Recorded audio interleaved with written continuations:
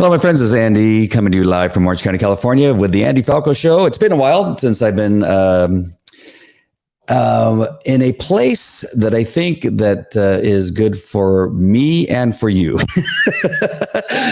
I think that there was a period of time that, as many of you that have watched the show, if you've watched my show before, that as far as the not the school board shows that I've done, which I've been able to report on, what has happened to the school boards, that kind of stuff. If we look back at some of the past shows, simply discussing what's going on in our country, what's going on in our schools, separate from the school board meetings. As many of you can get so worked up and so into everything that's going on that there was there's probably a time where sometimes it's just best to take a step back for a minute, kind of regroup and come back with these shows with a little bit of a different attitude, I think is a good way to put it, and purpose to the show. So what I want to do is get back into doing these shows on a fairly regular basis, but have some aspects of not only bringing up the issue at hand, whether it's CRT in our schools, or if it has to do with the elections that are coming up, or mask mandates and vaccine mandates and that kind of thing. Let's talk about the issue and quite possibly talk about some action steps that we can all take going forward, and doing it in a way that is constructive and not just getting things off your chest. And I think that I've done that in some levels, but other levels, I think there's also that, you can just get a little bit heated up, which is, I think, was good on some level, getting some things off your chest. But in another way, it, you kind of lose a focus on what is best and what it is that we can do as conservative Christians, as people that care about this country. I think that there also has to be a plan of action. So what I do want to talk about is the million little things that we allowed us to happen, which has gotten us into this predicament that we are today, in a place where we are seeing the results of either not saying anything, allowing these little tiny things to slip through our fingers and allow them to take hold in our schools. And now we are in a place where now we're trying to take them back, and it's not as easy as we would like it to be, because we've allowed for too long these little million things to begin to turn into a gigantic snowball, when we should have addressed them one at a time and not just think, what does it hurt to take, bathrooms at a Starbucks and take away a men's and women's bathroom and then commingle them as a non-gender bathroom, or whatever it is you want to call it. In the past, we thought, that is kind of silly and stupid. And maybe we wrote a couple Facebook posts about it, but we really didn't take any action, right? We really did not do anything that would push back in a way that would cause that not to happen. We just kind of let it happen. And then the next thing would happen. And then the next thing would happen. And then pretty soon they are taking control of our elections through all the million little ways that they can, through mail-in ballots, to blocking Facebook posts about, say, Hunter Biden. And then if you try to fight against the Russian collusion and say that it's false, that it's a hoax, then those things are blocked and taken down. And now, of course, we're finding out that all the things were true, right? We're finding out that Hunter Biden did have a laptop that he took to have repaired, and it was in fact his, and all the information on there does point to a lot of corruption in the Biden family. And we're finding out that it was not Russian disinformation or a Russian hoax, that it was, or a plant from the Russians. And of course, we all knew that. But again, it's because we allowed so many little things along the way to occur without any pushback, that's where we find ourselves today. That now the gigantic snowball in front of us is so big that although we are chipping away, we allowed it to get that big because we allowed the little things to get together, or to gather or to take hold and to pile on top. And now we are fighting from a little bit of a place of disadvantage. Let me look at a couple of these comments. These comments are coming in fast and furious here. Hold on. So I see Carol's on. She's hanging on. Carol, no job. Oh, I thought, was it your husband? Or both you and your husband, did you both lose your jobs because of the mandates?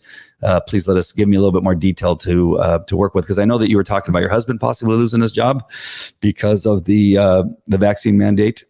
But is it both of you, or just not just? I mean, that's horrible that if it's your husband. But is it both of you or your husband?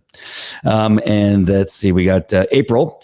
April Rogan, nice to see you. I've been seeing you go live on Telegram, I think, and I keep trying to find a place where I can do that. But usually I got one thing in one hand and something in the other hand, and I can't get on to see what you're talking about. But I do want to get on there and listen again to what it is you're doing over there. April says, the public forum part of our school board meeting last night had 65 parent students signed up to speak. And out of all those who spoke, only 3 were on the side of keeping the mask mandate. Of course, that's how it is. That's how it is in our school board. That's how it is in many school boards across the country. I'm going to read some stuff from some articles that I found that will just reinforce the fact that we are on the right side. We are on the correct side. Carol, I'm so sorry to hear that about your husband. Your husband's lost his job because of the mask mandates. We were at church last night at Calvary Chapel, Chino Hills, and Jack Hibbs did a little bit of a different service where it was merely not merely, again, I'm using these words in probably not the best context, but it wasn't a service where he had a subject matter that he is speaking on. It went to a 45-minute prayer session. And one of those things he wanted to pray for were the people that were going to be losing their jobs because of the mask, or not the mask mandates, the vaccine mandates that are beginning to creep into many companies in our state. And now Los Angeles is going to a full vaccine mandate. You cannot go into any restaurant, bowling alley, get your fingernails done unless you have proof of a vaccine. That is going into effect very shortly. So pretty soon, LA, you can't do anything. And then April says, fortunately for me, kids and autism and a tracheotomy are excluded from the mask mandate. But I feel bad for all of these kids that are getting segregated in our schools here because they are refusing to wear masks, but the parents are not giving up. True patriots. I got a story on that I'm going to bring up that happened to my son recently. So yeah, I'm fighting against that issue right now myself. And Clubhouse, I'm so sorry, not Telegram. It's Clubhouse. Look for April Roga on Clubhouse. If you go to Telegram, you won't find her. So go to Clubhouse. And then Carol says, I am too injured to work now. So, oh dear, tennis injuries. Yeah, you were an amazing tennis player and probably still are, other than your injuries. All right. So a couple of things I wanted to make sure and address right now is that what I would like my message to be today is that we need to continue because it's working. We're beginning to fight back. We're seeing many school boards. We're seeing a broadcast that many parents are fighting back. And of course, that is why currently you have the DOJ. Sorry, let me get rid of the banner there. Sorry about that. And we're seeing the DOJ. Of course, as you all, of course, have seen this, the DOJ has decided that parents are now domestic terrorists. Hetty and I talked about this on our show, on our devotional show that we do every day. And she was part of the U.S. government that put together the international terrorist program to keep track of terrorists, to hunt down terrorists, and to then be able to convict those in the world who were terrorizing Americans and our allies, and being able to not only arrest them, but interrogate them and then prosecute them. And Hetty was part of the process and creating some of the systems the DOJ is using to combat terrorism. Well, the DOJ now apparently believes that parents are terrorists, and her knowledge of what was created against international terrorism is now going to be used in this manner against what they're calling domestic terrorists. And it's right here from Merrick Garland, the U.S. Attorney General, sent a memorandum to federal law enforcement agencies directing the Federal Bureau of Investigation working with the United States Attorney to convene meetings with federal, state, local, tribal, and territorial leaders within 30 days, within the month, to facilitate the discussion on strategies for addressing threats against school administrators, board members, teachers, and staff. And the article goes on, but it never really says that there's been any threats, right? It doesn't give us any examples of these threats. A threat today to Democrats is when you don't agree with their position. When you don't agree with their position, that is a threat. Unlike going in, and this is a Democrat against Democrats, or Democrats against a Democrat, where you have a man and a woman with their phone videotaping a senator who is a Democrat senator, lesbian, and followed her into a restroom and was harassing her while she was going to the bathroom inside the restroom. Now, that is not threatening, but disagreeing with CRT, disagreeing with the allowing girls to be in boys' locker rooms and because they say they're boys, or boys saying they're girls dressing in girls' locker rooms, that's okay. But a senator who doesn't vote the way that they want to vote, that's what they're calling a threat nowadays. I was in the school board meeting last month where there was a speaker that they wanted to hire. Of course, it was the liberals wanted to hire the Democrats on the school board who wanted to hire a gentleman who was a supporter of BLM, and he was going to go to the school that is the school that every district probably has, where the children who have been arrested have spent time in juvenile hall, that they can't get along with others of the other schools, and they take them and put them in this other school because they are challenged one way or another, and they wanted the BLM speaker to speak to those children, the troubled children, which we're saying, why would you have a supporter of BLM who hates law enforcement, who hates the nuclear family, who doesn't believe in that believes the country is racist? Why would you have him speak to children at this school? Not only that, why would you pay him $60,000? So, of course, a number of us parents were looking like, of course, you're not going to vote yes to have this guy speak. And of course, the two liberal Democrats on the school board, they voted yes that they wanted him. And then we have three conservatives. Two conservatives and one conservative, and the two conservatives that we know about, of course, voted no to not have that person speak. And then we had the rhino in the group who couldn't decide. She couldn't decide because she thought maybe the troubled people, children in her school that she's responsible for, should hear from essentially somebody who's terrorized the country, and at least not, maybe they weren't part of it, but supported those who terrorized the country for over a year, burning down a police department in Minneapolis, creating an autonomous zone in Portland. Burning down a federal building in Seattle, Washington. Of course, we should have somebody like that speak to the troubled children. And so she's like, maybe we should have him speak because he may have it. What? And so this is basically what we did. We're going, what are you talking about? You, of course, are going to vote no. And then so the president, who is the Democrat of the school board, she starts gaveling and telling people in the audience to be quiet. And she's demanding that we be quiet so they can take this vote. And here is the rhino. She can't decide. And we're just grumbling in the crowd. And she called a suspension of the meeting until and then she asked us all to leave. Most people kind of filed out, but me and a couple other people, we decided we weren't going to leave. And what, we didn't threaten anybody. We didn't say that we were going to we didn't pick up any chairs. We didn't do anything other than say, no, we are not leaving because we want to hear how this person votes. And this is exactly what this article is talking about. That to them is a threat. The threat is that they are not being able to get their agenda voted through. That is the threat. There was no threat. We didn't threaten them physically. We didn't threaten them with harm. We didn't say that we were going to follow them home. None of those things happened. Just like, again, like this article in the Christian Post says, and towards the bottom it says here, neither the Attorney General's memo nor the full Justice Department press release cites any significant credible threat.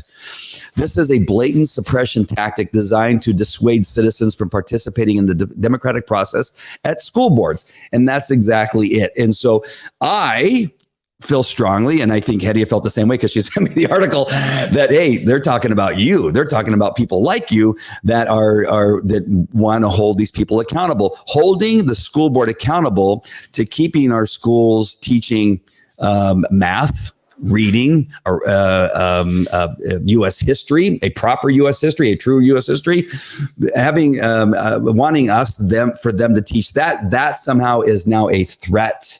And we have become terrorists. How did this happen? It's because we allowed a million little things to get through. Again, it's those little things. It's that we weren't paying attention. I blame myself in many ways because for many years, I've had kids in school. My oldest daughter's 26. And so I've had kids in the school district for many years and will continue to have kids in these schools for many years. And up until recently, I would say 2020, I just simply looked for who the incumbents were and voted them back in, and what I didn't realize, I was voting for the very liberal Democrat people that are now, I don't want to use the word fighting against, fighting in the sense of trying to keep them from getting their agenda across, not physically fighting.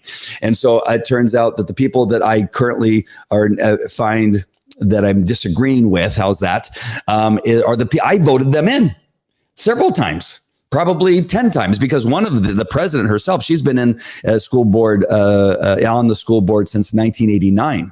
The other one has been on since the end of the 90s. I can't remember exactly how long, but she's been on for a very long time also. And so 89 or 98, one of the two, I get the dates wrong. Hey, Amy, nice to see you.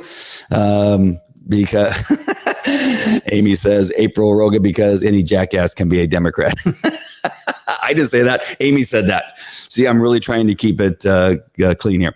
Shar says, now we are awake. Same here. I was never involved until a few years ago. I had no idea how corrupt it is. Exactly. And so what it is that's really finding that they're finding to be the most threatening to them is that now parents are starting to attend. I can't imagine, how easy it was for them just to go, and Hedia and I have been there before when they said, we're gonna address item 1 through 60, and let's just vote on items 1 through 60, and all in favor. And then wait, what are the 1 through 60? What's number 16? 16 says that we can have the teachings of, I don't know. I don't want to, I could say just about anything, but some of them had to do with online training. One of the online training programs, when we did our research, we could see that they were promoting, again, Black Lives Matter issues, and Black Lives Matter being the organization, not the Black Lives Don't Matter, but the organization issues of not, saying that nuclear families are horrible, that we shouldn't have those, that that you're either oppressed or you are an oppressor, or that the police should be abolished, that kind of thing. That those are some of the things that these online training programs that are in our schools today, they are being used today, that there are at least 2 programs that are being used in our school that promote that agenda. And that was brought up at another school board meeting. And again, we're paying tens of thousands of dollars to indoctrinate our children with this information using these online training programs. And that was being done. And we were allowing it to happen because we allowed these a million little things to go by without our attention, without us taking the time to look through some of the stuff. I want to say that, Hedia did a great thing the other day where she contacted the assistant principal over at the high school and asked if her and I could go look at the sex education curriculum.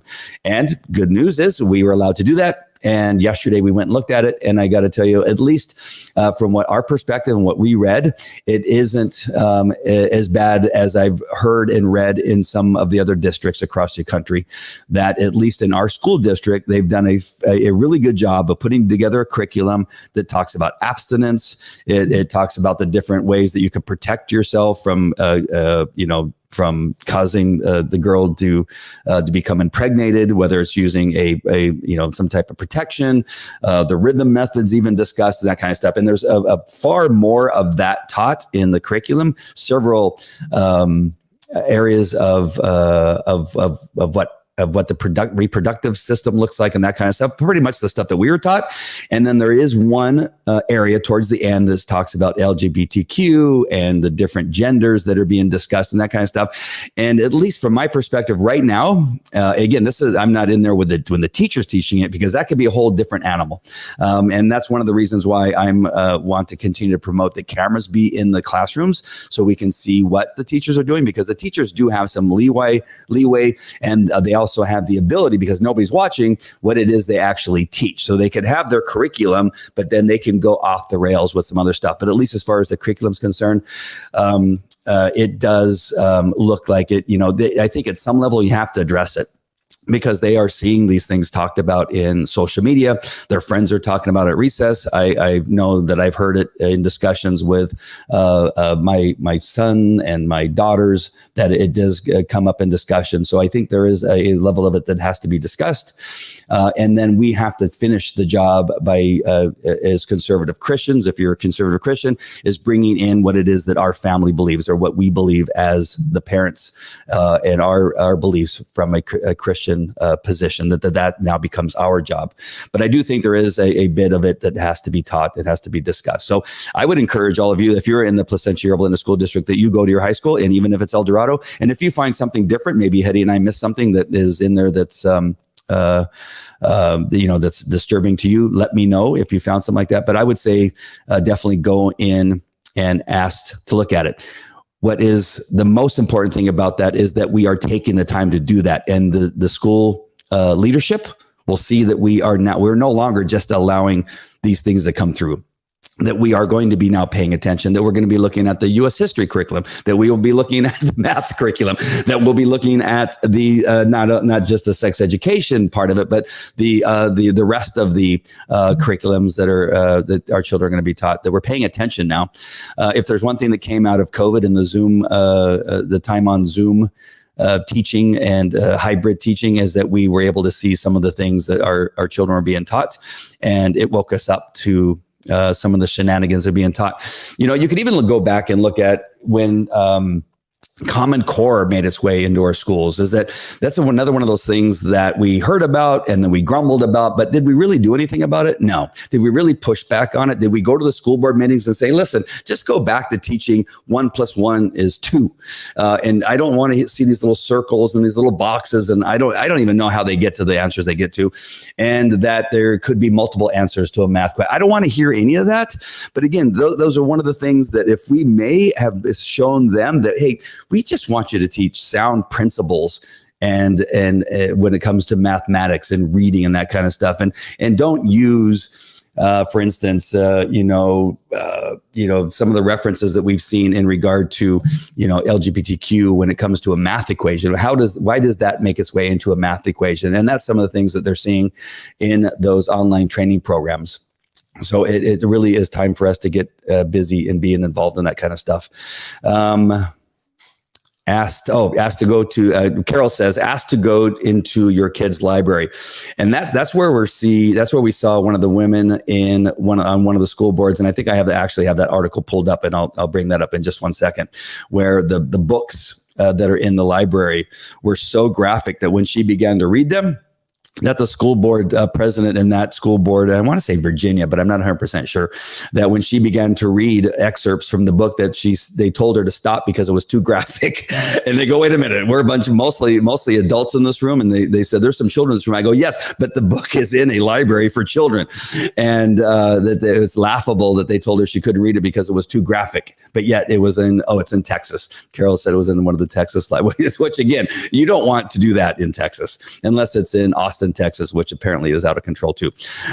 Amy says, I don't believe that sex education has a place in school. It should be the parent's responsibility. Yes, there is a level, I think, when we are looking at the health class itself in high school that I'm not sure where you draw that line, but maybe that is a discussion that we need to have, is where in a health class that you do have to address some aspects of our body, the difference between a man and a woman. I think that's important. There is two sexes, a man and a woman. There's not 30 sexes. And when you look at a man and a woman, what are some of the things that are going to be going on with your body that may need to be discussed? And where does that discussion stop? I don't know. Maybe that is a discussion we need to have, that maybe it's just gone too far. And maybe it's left up. It should be left up to the parents at a certain place, that where the school stops, then we have to take place. But you know as well as I do that not every parent is involved in the education of their children, even at home. That I was a latchkey kid, right? Many of people that may be watching were latchkey kids, where you came home from school to an empty house, and then so you get out of school at 3. My parents would get home at 6. They would cook dinner, and then they would go to bed. And there wasn't a lot of discussion about those things. I didn't get any sex talk from my parents. I didn't get any of those, like, hey, son, when you go on a date, these are the things. None of those kinds of things happen. So, and that's not a woe is me. I'm just telling you that's one of the problems, is that you and I, Amy, or you and I, Carol, or whoever else may be watching, Shar, is that you and I will have that discussion with our kids. I know Hedy has had that discussion with her daughter, that we have those discussions, but there are a lot of parents that aren't having those discussions. So again, where does it start? Where does it stop? That's a whole nother discussion. Carol says the books cannot be brought home. Total porn. Wow. Oh my gosh. All right. So we maybe need to look at some of that. Health and biology, sex education. No. Good. Oh, I'm sorry. I missed a word. Health and biology. Yes. Sex education. No, says Amy Feltz. Shar says you can opt your child out of sex ed. Yes, I got one of those forms sent to me just recently. I was involved at the district meetings when the new framework was being written. Shar, I'd love to hear your perspective on the sex education curriculum, because it would be cool to hear what your thoughts are on that. Is that why? Hedy. Oh. Hedy is in the room, and I was just talking about how my dad didn't give me the sex talk. And then Amy's response is that why you have so many kids? It quite possibly might be the reason why I have so many kids. All right. So let me get to a couple of these other articles really fast. I just wanted to say, so when we're talking about this issue, and when I'm talking about the school board, I'm also in some ways talking about the elections. I'm talking about the demise of our country overall. What's happening with law enforcement is that just like in our schools, we've allowed these little things to take place. And over a period of time, we've let the little things slip by, and we really didn't speak up until things have gotten out of hand, right? I mean, as soon as we start seeing that they're trying to get this CRT, that the sex education has become pornographic, that now they're trying to teach our kids that there's 30 different sexes, that you can actually be an animal of some sort if you want to be. You can be all these things. And now we have girls in El Dorado School. I don't know if you know this, but we have a girl who says that she's a boy. And now she's dressing in the boys, dressing and undressing in the boys' locker room, which I just found out the other day from my son. Saying there's a girl that comes in, she says that she's a girl, and she gets to dress in our locker room because she said she's a boy. And so these things we've allowed them to happen, and it's not until it's almost too late. And so this is so again, we've seen that also in all the other areas of our country, in different aspects and different levels. And so on this particular article, where it says Virginia school board halts public comment on controversial transgender policy, 2 are arrested. Let me bring up that article because there's a video I want to show you. That in this case, where they were talking about that it was halted, and that they talk about it because of the the people, how angry the parents were, that discussion was taking place, that this issue was occurring.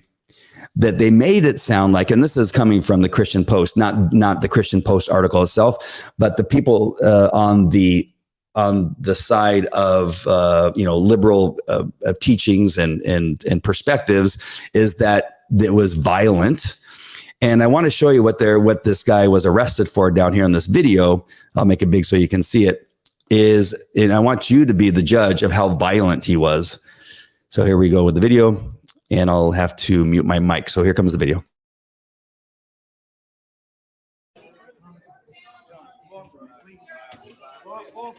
Now, you guys, this is an unlawful arrest. I have a First Amendment right. You're right. Okay, thank you. Here's someone speaking rationally. Listen to me. At this point, the meeting is over, right? It's not over. It's not over. We were meeting. We were meeting.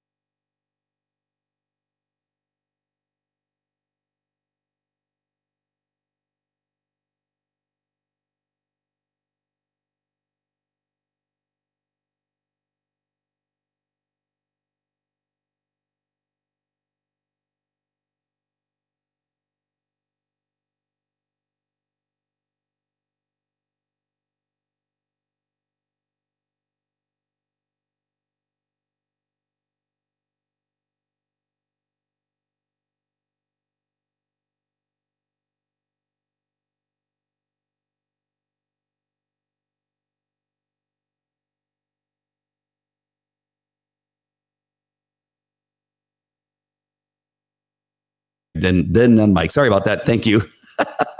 That whole rant that was one of my best rants. Is that the man that you see there, you could see that he wasn't a threat.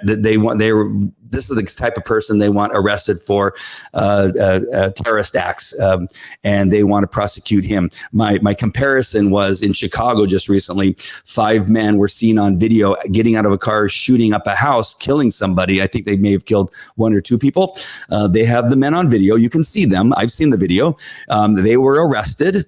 They have the shell casings. They have the slugs that were found in the bodies, connecting the shell casings to the slugs. They have the dead bodies. They have the men on video. I'm sure they have witnesses, and none of them were prosecuted.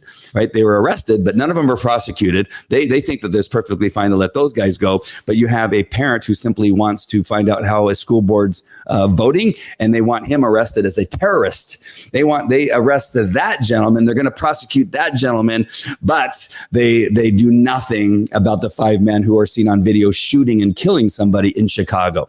And I could go on about the crime going on in Chicago, but nobody wants to do anything about that. All right.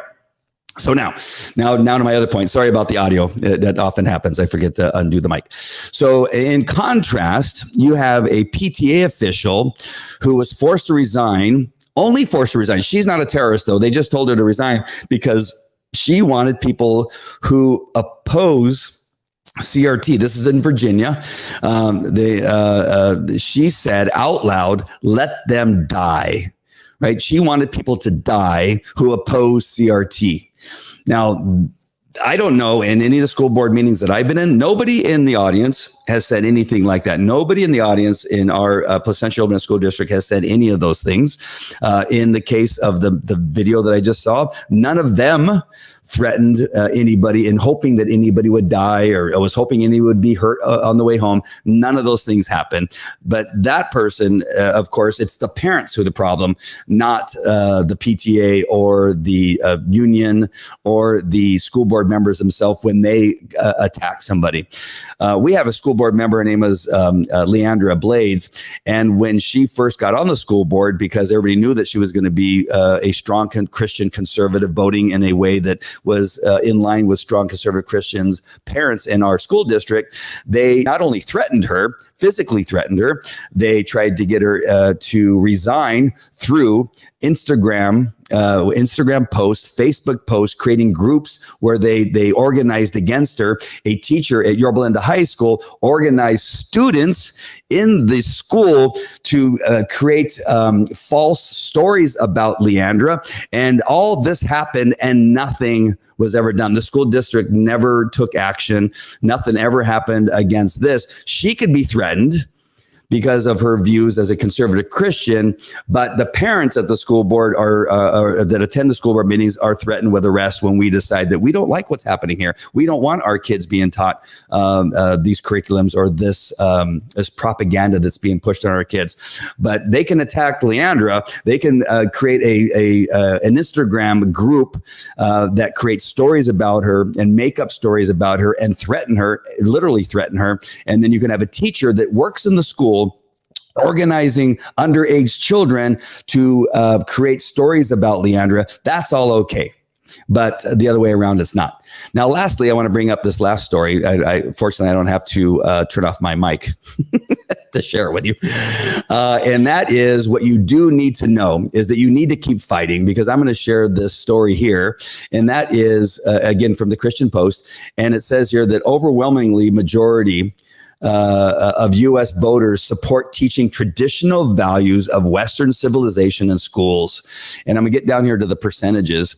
And that is Rasmussen noted that 78% of likely U.S. voters believe that it is at the least somewhat important for schools to teach the traditional values of Western civilization, including 52%, which is more than half, right? 52% that listed as very important, the polling organization said Thursday. And this was back in July, I believe. Let me see, July 9. 2021.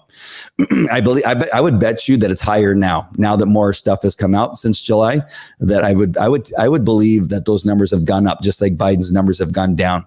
By contrast, 14%, only 14% of respondents said they didn't believe it was important to teach traditional Western civilization. And so I wanted to bring that in because I think it's important, because sometimes you can think I don't know, none of you probably watch CNN or MSNBC or ABC or CBS or NBC on regular stations.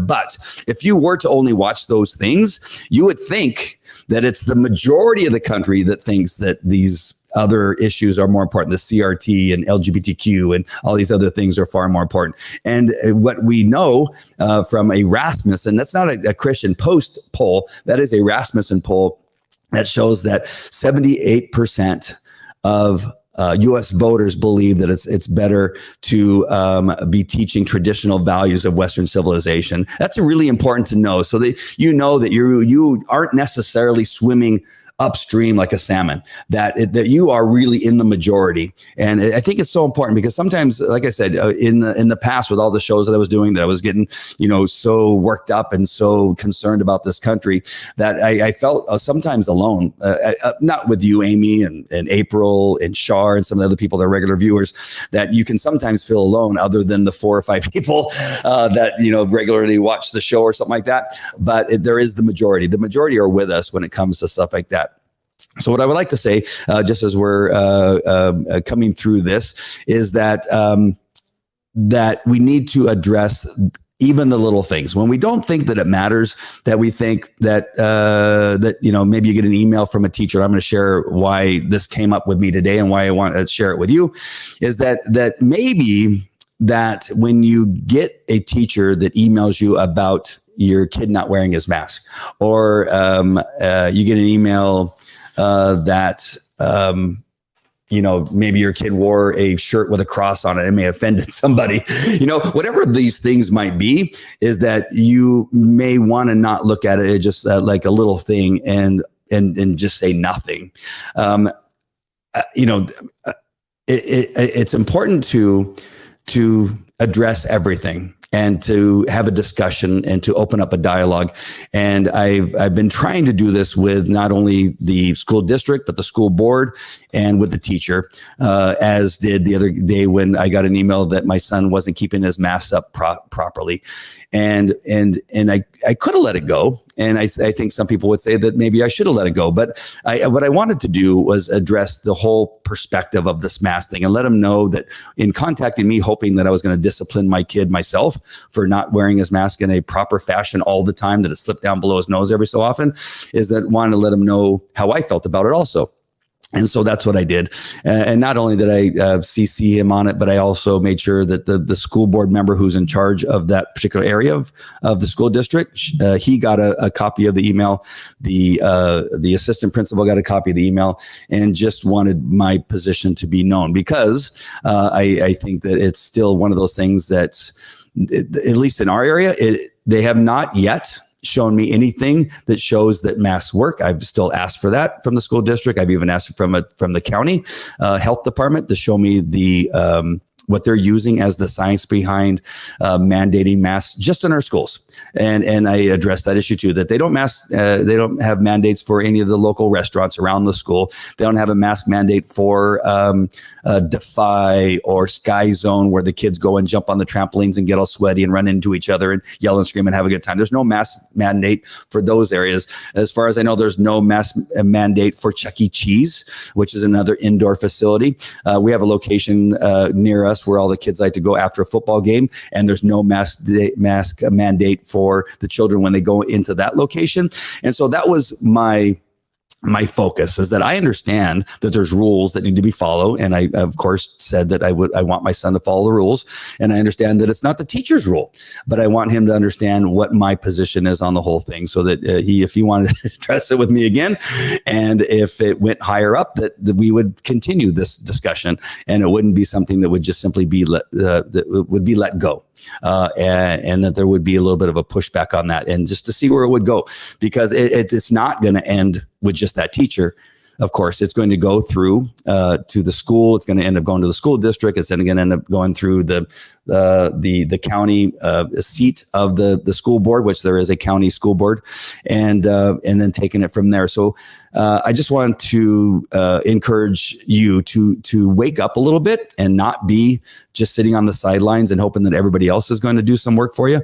That it's okay just to let certain things go. I think that time is over. I think it's a time to speak up just about everything on some level. And again, I really do applaud Hedia for taking the first steps of going in and seeing the sex education curriculum. I thought that was an awesome thing to do, and we were able to do that. And again, I would continue to ask all of you to do the same thing. And then again, if your kid goes to El Dorado, just because we went and looked at it, don't just take our word for it. You go and also look at it. Again, that's going to show them that there's many concerned parents about what their kids are being taught in that school, and it'll cause them to be a little bit more careful and to take maybe the extra step of looking through some of the stuff. Because I think that's also one of the problems, is that they get these things sent to them. Hey, this is going to be great for this teacher.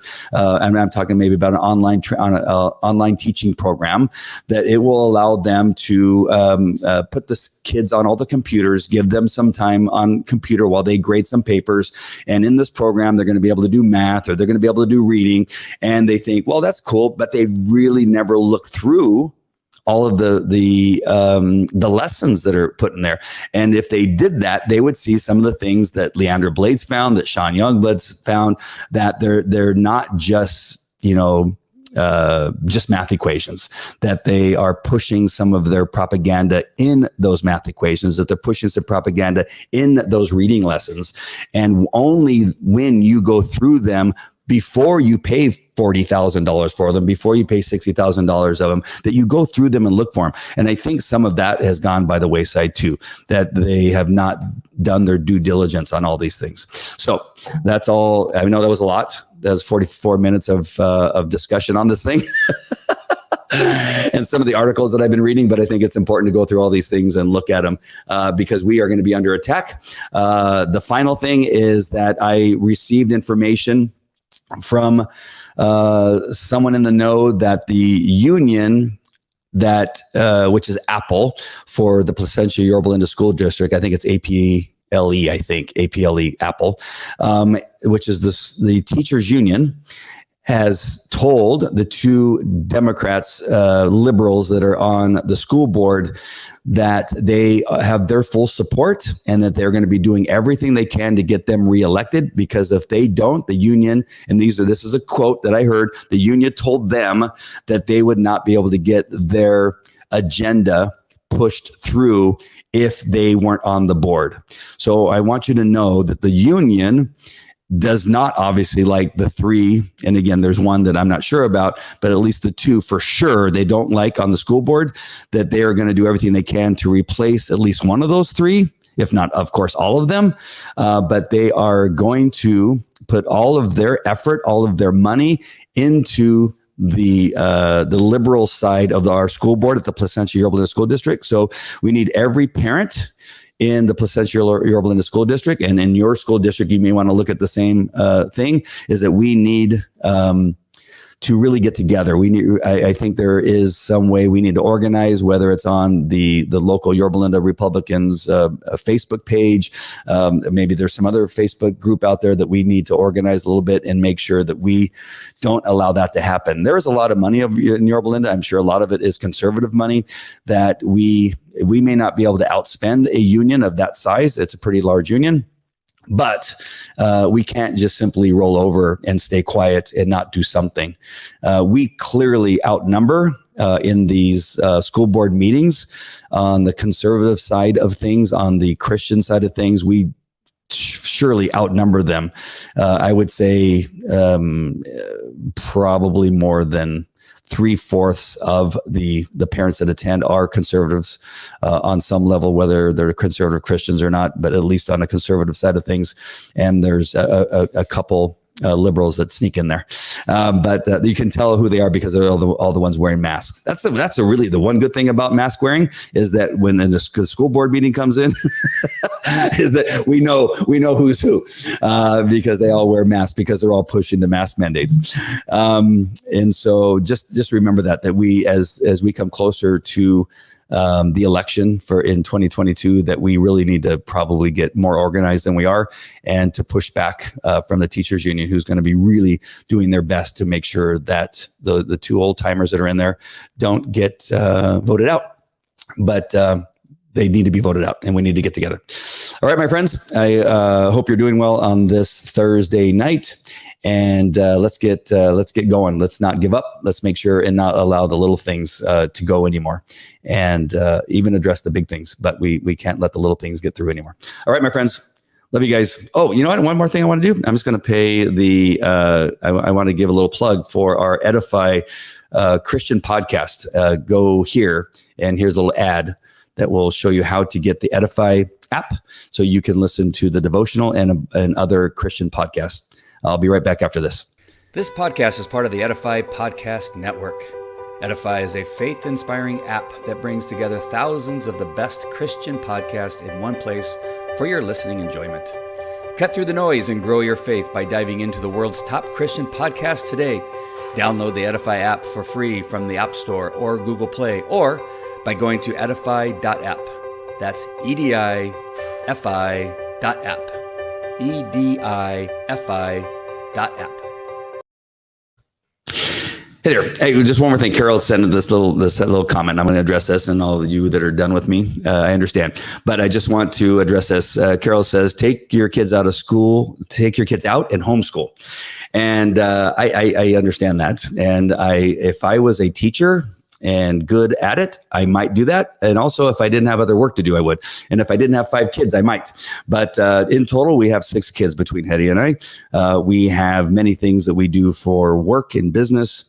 And I'm sure as intelligent as Hetty is, and somewhat intelligent as I am, we would be able to do a pretty decent job of educating our kids. But it is I have experienced the homeschooling before, and I had to go to court to get my kids into public school because it is not easy. It is not as easy as one would think.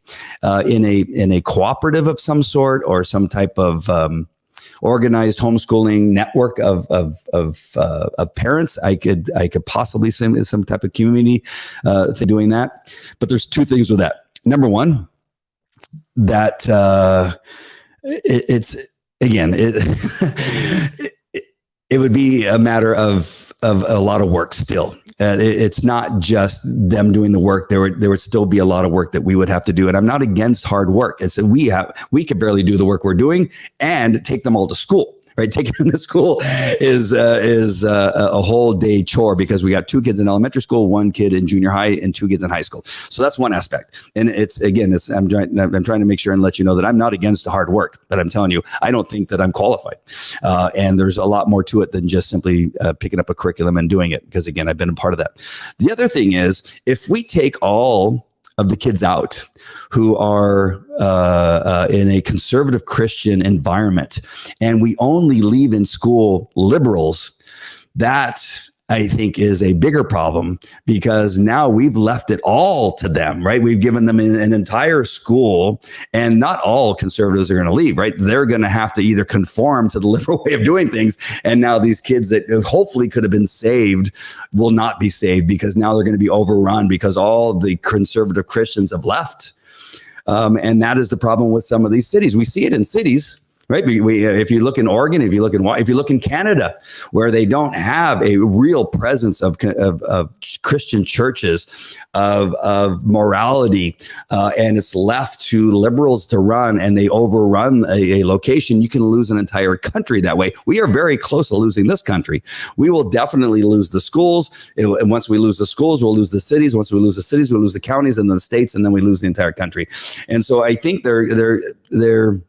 there's something to be said by staying in the fight, and making sure that we don't allow the liberal curriculums and agendas and propaganda to take over. That the only way we win this is by staying in the fight. If we retreat and go into our little corner, then we are going to be stuck in our little corner. And that is something I've been thinking a lot about. I know that I hear that a lot. Hey, just take your kids out and homeschool them. Are you kidding me? I've been there and I've tried it, and it did not work for us. The ages of the kids are too far apart, and I really would be sad. My son is really enjoying high school. He's really enjoying the football games. Our daughter is really enjoying some aspects of the school, and we're seeing some very positive things in cheerleading and that kind of stuff. We love seeing them at the football games and creating new friendships and that kind of stuff, and what can happen in a high school environment. Of course, there's negative things that can happen in high school, but there's also some very positive things. I think if we give up the schools by just simply retreating, I think we're definitely going to lose the fight. And we have to stay and fight and stay in the fight as long as we possibly can. At some point, I guess there could be a need to retreat into a state and becoming our own country, but we're not at that point yet. Again, the reason I shared this article, and I'm sorry, I know I'm going on a very long rant because of one little comment there, but I think it's important because if you go back to this article, and I'm going to share it again so you can see it, and that is this article here: overwhelming majority of U.S. voters support teaching traditional values of Western civilization in schools. Overwhelming majority. We're not talking about a few people. It's just us conservatives and even conservative Christians, we're so used to just allowing things to happen. We don't want to always push back. And so even though the majority of U.S. citizens, U.S. voters believe that we need to get back to a traditional values associated with Western civilization, as it says in this article, we're just not speaking up, right? We're just allowing the little things to get through. When you look at that, we have 1 or 2 people that have an agenda, and we're having to change the whole curriculum because of 2 people or 2 or 3 people that have a certain type of issue. And I don't want to point on one thing, but what we're doing is we're bending over backwards to accommodate a couple people and then we're losing the majority. Because of this one thing. Again, allowing a girl to say she's a boy and then be in the boys' locker room changing just seems something that we've allowed to slip through the cracks. What can we do instead? There's got to be something that we can do instead. Is there something that we can do that we don't affect all those boys now having a girl who's now changing in their room? How is that affecting them? Isn't that something that we should have looked at? We're looking at how it affects her, which is important, and addressing that. I understand that, but what is it doing to the large number of boys that are going to be in that locker room, knowing that she's coming in and now she's going to strip down and change? That's a big issue. And I think that's something that needs to be looked at. I hope that all made sense. All right. So again, I understand the homeschooling thing, but I think that's retreating, and that's going to create a bigger problem. If everybody leaves and homeschools, that's going to leave the schools to the liberals, and that's a bigger problem. All right. Sorry, I went on a whole rant there. All right, my friends. Thank you, Carol, for your comment. I do appreciate that, and I do understand, and I really love having you on the show, and everybody else who comments. And please continue. Share this video if you think it's important to somebody, and get involved. All right. Love you guys. Take care. Bye.